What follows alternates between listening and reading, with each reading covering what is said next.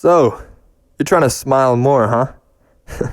You clicked on this video wondering if you can once again become that bundle of joy you were as a baby. Minus the crying in diapers, of course. Yes, you want to embark on the journey of eternal bliss so that you too can walk around looking like you've just won the lottery. Well, if you watch this video, you're going to make your orthodontist very proud. I scoured the internet for all the tasty things scientists had to say about happiness, and now I present to you bliss-maxxing, what science says about being happier. So sit back, snuggle up, and let me feed you some knowledge. You may be wondering, why would I even want to be happy? Well, I'm glad you asked.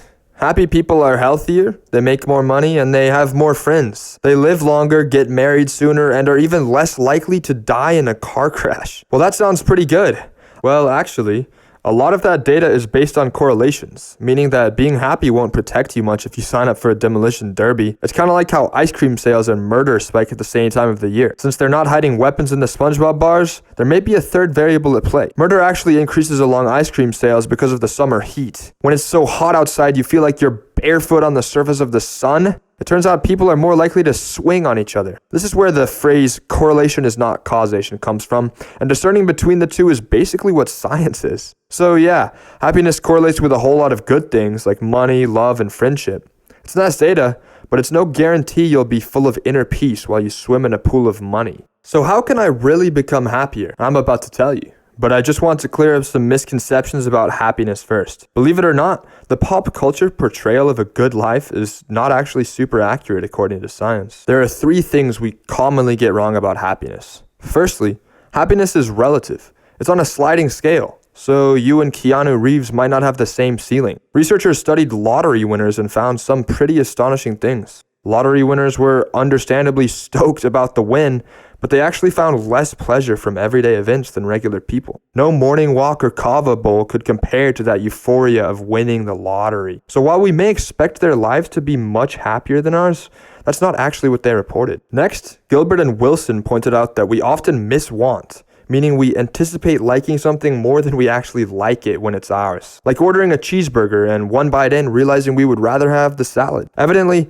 miswanting leads to a lot of grief and comparison. The important thing to remember here is that we may not want the things that are actually good for us. And the third clarification I want to make about happiness comes from a really smart Russian guy. Mihaly Csikszentmihalyi. This is the guy who came up with the concept of flow. Basically, flow is the ideal human state, when you're in tune with the universe. He distinguishes between flow and pleasure, however, saying that pleasure occurs when our pre-programmed expectations are met, or when we bite into a McDonald's Big Mac. So it turns out that happiness, as we traditionally think about it, is kind of overrated. What's more important, argues Csikszentmihalyi, is our ability to become immersed in certain activities. The reason I'm saying these things is to point out the fact that happiness itself may be more elusive than we think. I can easily get a hit of dopamine nowadays, but it's rare to feel fulfilled at work or loved by family. Going through these studies, there was a word that I found in almost every single one: satisfaction. It didn't matter if a person was rich, poor, young, or older. When they felt like what they had was enough, they were happy. In other words, to be happy, oftentimes you must be satisfied with your life.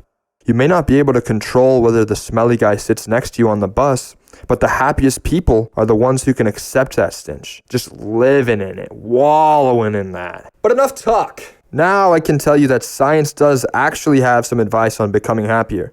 Strack, Martin, and Stepper found that when people held pencils in their mouths in a position mimicking a smile, people became temporarily happier. It's a pencil biter's dream. It turns out that you can trick your brain into being happier by simply engaging the muscles you would use to smile.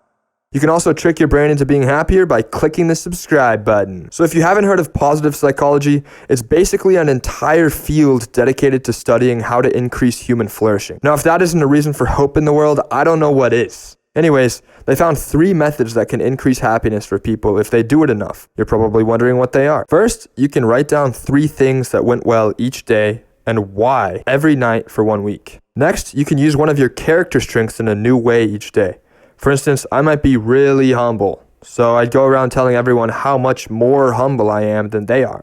Oh, and if you don't know your character strengths, they have a resource for you that's completely free and easy to use. I'll link the website in the description so you can go check it out. Lastly, you can write a letter thanking someone you've never thanked before and then deliver it to them in person. So these are the science-based tools you can use to bliss-max. They found that the more frequently people did these things, the happier those people were, even up to 6 months later. So next time I see you, I expect you to be able to levitate things with your mind. I hope that helped. Bye.